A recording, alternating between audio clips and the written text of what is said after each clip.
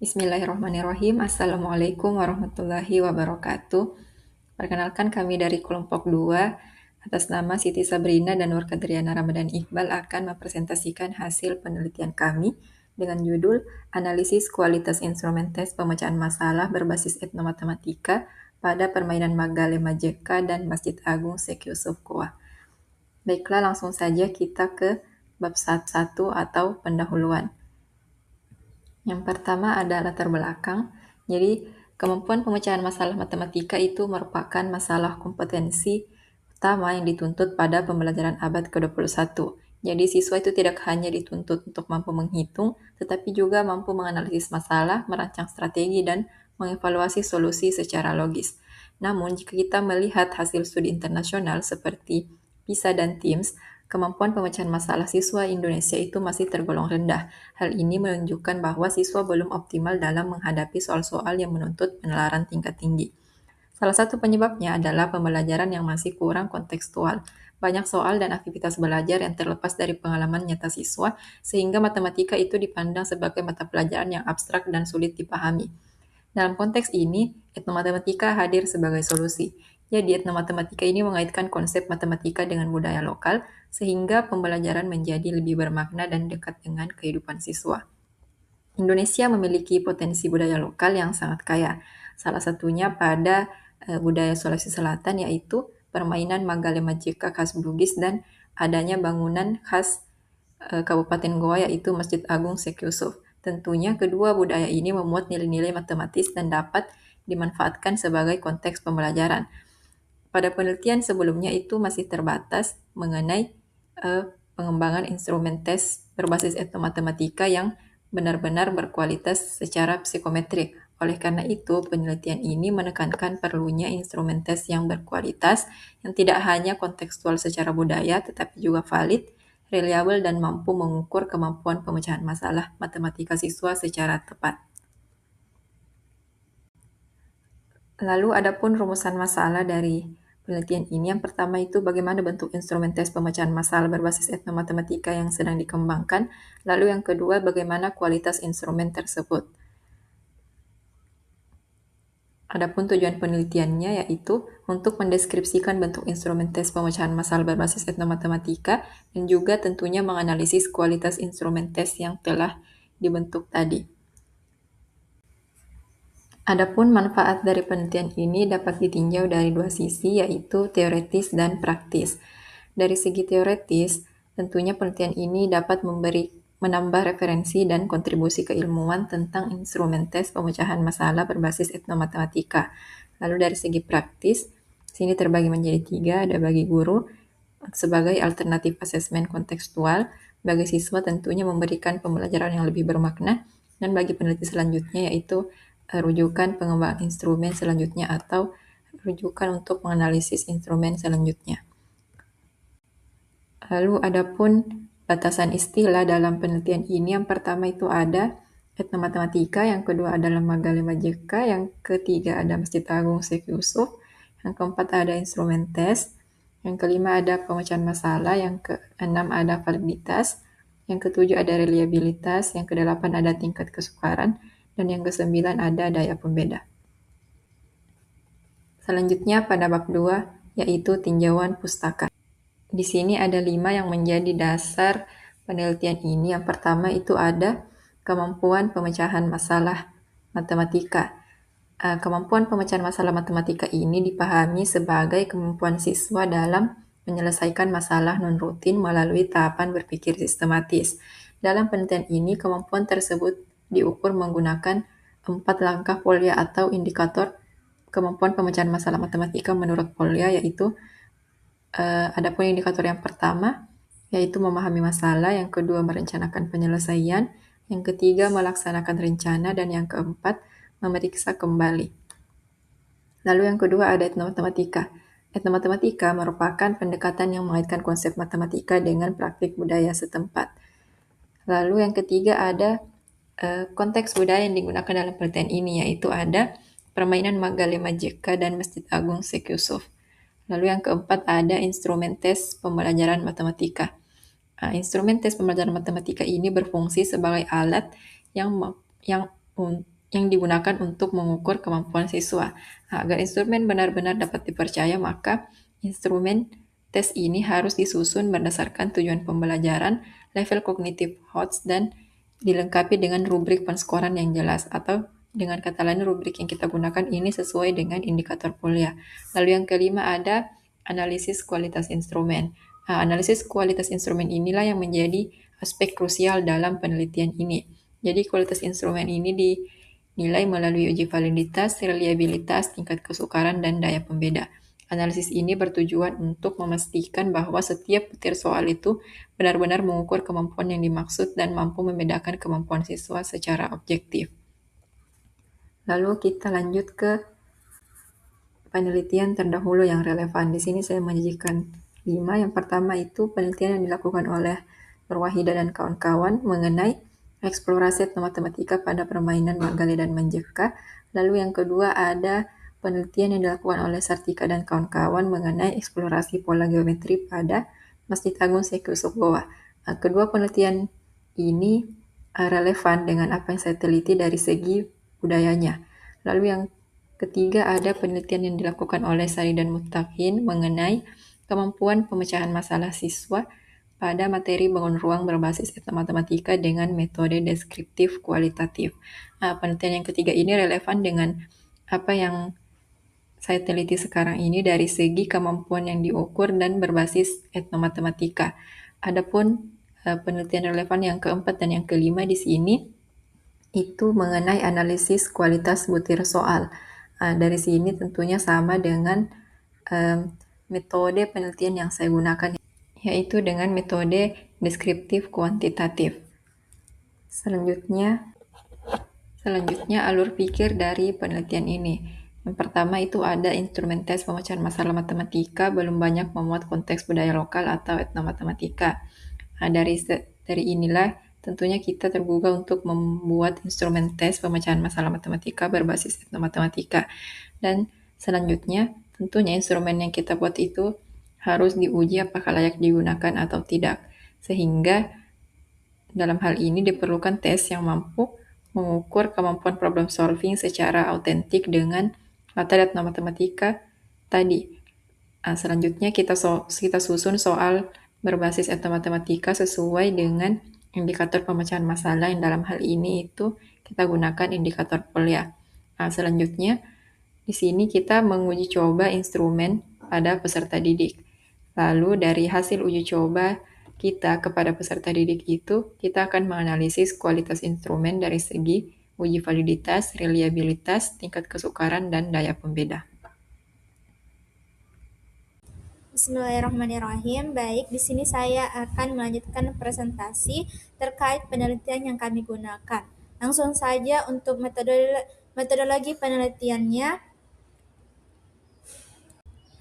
Yang pertama untuk jenis penelitian yang kami gunakan yakni deskriptif kuantitatif dengan pemilihan sampelnya yakni proportif sampling dengan pertimbangan materi, ketersediaan peserta serta kesiapan sekolah. Terus analisis data yang kita gunakan yakni validitas menggunakan korelasi persen, reliabilitas menggunakan Cronbach's alpha, terus tingkat kesukaran dan daya pembeda. Instrumen tes penelitian yang kami gunakan menggunakan 10 nomor tes uraian pemecahan masalah dengan tingkat C4 sampai C6 Rubik Polya. Terus ada teknik analisis datanya. Untuk yang pertama validitas. Untuk validitas butir soal dihitung menggunakan rumus korelasi persen produk momen seperti yang tertampak. Terus dengan kriteria penelitian validitasnya adalah menggunakan Fataya et al. 2022 dengan R hitung lebih besar dari R tabel pada alfa 0,05 maka dikatakan butir soalnya valid. Terus untuk R hitungnya lebih kecil sama dengan R tabelnya maka dikatakan butir soalnya tidak valid. Dengan data yang digunakan berupa skor tiap butir untuk X-nya dan skor totalnya untuk Y. Terus untuk reliabilitas instrumen pada teknik analisis data menggunakan rumus Cronbach's alpha seperti yang tertampil pada layar dengan kriteria intervensi reliabilitas untuk alfanya lebih besar dari 0,0 dan lebih kecil atau sama dengan 0,20 dikatakan sangat buruk. Terus untuk alfanya lebih besar dari 0,20 dan lebih kecil dari 0,40 dikatakan buruk.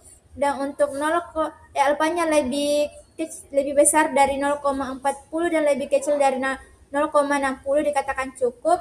Dan untuk alfanya lebih besar dari 0,60 dan lebih kecil dari 0,80 dikatakan baik. Dan untuk alfanya lebih besar dari 0,80 dan lebih kecil dari 100 dikatakan sangat baik. Di mana suatu instrumen dikatakan reliable apabila nilai Cronbach's alpha berada pada tingkat interpretasi reliabilitasnya 0,6 lebih besar atau sama dengan 0,60. Jika nilai alfa berada di bawah 0,60, maka instrumen dinyatakan tidak reliable karena tidak mampu memberikan hasil pengukuran yang konsisten. Terus untuk tingkat kesukaran pada teknik analisis data dihitung menggunakan rumus yang digunakan oleh Wahyudiniar dan Sophia pada 2024 dengan keterangan yang tertampil pada layar. Dan untuk interpretasi indeks kesukaran untuk tingkat LK-nya, jika LK-nya sama dengan 0,0 dikatakan terlalu sukar. Terus untuk LK-nya lebih besar atau lebih besar dari 0,0 dan lebih kecil dan sama dengan 0,30 maka dikatakan sukar. Terus untuk LK-nya lebih besar dari 0,30 dan lebih kecil dan sama dengan 0,70 maka dikatakan sedang. Dan untuk LK-nya lebih besar dari 0,70 dan lebih kecil dari 1 maka dikatakan mudah. Dan jika LK-nya sama dengan 1,00 maka dikatakan terlalu mudah. Selanjutnya untuk teknik analisis data pada daya pembeda. Untuk daya pembeda dihitung menggunakan pendekatan kelompok atas dikurang kelompok atas dikurang kelompok bawah dengan rumus seperti yang tertampil pada layar. Dengan rata-rata didapat skor 27% siswa berkemampuan tinggi dan rendah dengan kriteria intervensi daya pembedanya adalah seperti yang tertampil pada layar, bahwa jika D-nya lebih kecil sama dengan 0,29 maka dikatakan kurang, dan untuk D-nya lebih besar dari 0,20 dan lebih kecil sama dengan 0,9 maka dikatakan cukup. Maaf, tadi untuk kurang itu D-nya lebih kecil atau sama dengan 0,19. Terus di sini untuk kriteria intervensi daya pembeda untuk baik, yakni apabila D-nya lebih besar dari sama dengan 0,30 dan lebih kecil atau sama dengan 0,39 dikatakan baik. Terus untuk D-nya lebih besar atau sama dengan 0,80 dikatakan sangat baik. Selanjutnya di sini ada hasil penelitian yang kita gunakan, di mana hasilkan yakni dari segi validitas 9 dari 10 soal memiliki korelasi yang cukup tinggi, yang berarti soal-soal ini cukup baik dalam mewakili kemampuan pemecahan masalah. 10%-nya butir nomor 3 dinyatakan tidak valid karena nilai R hitung didapatkan 0,434 lebih kecil daripada R tabel, di mana R tabelnya 0,482. Jadi secara khusus kondisi ini disebabkan oleh skor butir yang cenderung terlalu tinggi dan relatif seragam di hampir seluruh responden, yaitu berada di rentang skor 8 sampai 12 sebanyak 15 responden. Terus untuk hasil uji reliabilitas menggunakan nilai Cronbach's alpha-nya yang didapatkan 0,831 dinyatakan bahwa kategorinya sangat baik, melewati batas minimal yakni 0,60 sehingga instrumen dinyatakan reliable atau menunjukkan konsistensi internal tinggi. Untuk 100% rubrik polya yakni 4 indikator berfungsi konsisten dalam penilaian, di mana struktur soal dan peskoran memberikan kontribusi stabil terhadap total nilai. Terus untuk hasil uji tingkat kesukaran, satu soal dianggap mudah, yakni pada soal nomor 3 dengan LK-nya itu 0,83. Terus ada dua soal sedang, yakni nomor 2 dan nomor 4, di mana nomor 2 LK-nya 0,60 dan nomor 4 LK-nya 0,34. Terus untuk 7 soal dianggap sukar, di mana nomor soalnya itu yakni nomor 1, 5, 6, 7, 8, 9, 10 dengan LK kategorinya 0,22 sampai 0,29. Di 70% sebagian besar soal berkategori sukar sesuai karakteristik high atau HOTS yakni C4 sampai C6 dengan penggunaan kontes etnomatematika sehingga menuntut penalaran tingkat tinggi serta penerapan langkah polia. Terus untuk hasil uji daya pembeda, dinyatakan bahwa sebagian besar soal yakni 7 dan 10 memiliki daya pembeda cukup, yakni D-nya sama dengan 0,20 sampai 0,27, sehingga efektif membedakan siswa berkemampuan tinggi dan rendah dengan soal terbaik itu berada pada nomor 4. Untuk 3 soal yakni 3, 7, 9 berkategori rendah dipengaruhi soal yang terlalu mudah atau terlalu sulit sehingga selisih skor antara kelompok kecil perlu revisi untuk meningkatkan kualitas diskriminatif. Sebagai kesimpulannya bahwa instrumen tes pemecahan masalah matematika berbasis etnomatematika memenuhi kriteria valid, reliabel, dan layak digunakan sebagai asesmen kemampuan berpikir tingkat tinggi. Terus untuk integrasi konteks budaya lokal melalui pendekatan HOTS dan langkah polia terbukti relevan serta mendukung pengukuran kemampuan pemecahan masalah siswa secara autentik. Untuk saran yang pertama, penelitian selanjutnya perlu melibatkan sampel yang lebih besar dan melakukan revisi pada butir soal dengan daya pembeda rendah. Terus untuk saran kedua, diharapkan instrumen dapat dikembangkan dan diterapkan pada jenjang atau konteks budaya lain sebagai model asesmen berbasis etnomatematika. Mungkin itu saja dari presentasi dari kami. Kurang dan lebihnya mohon dimaafkan. Saya akhiri dengan ucapan kulil haq wala kana murra. Wassalamualaikum warahmatullahi wabarakatuh.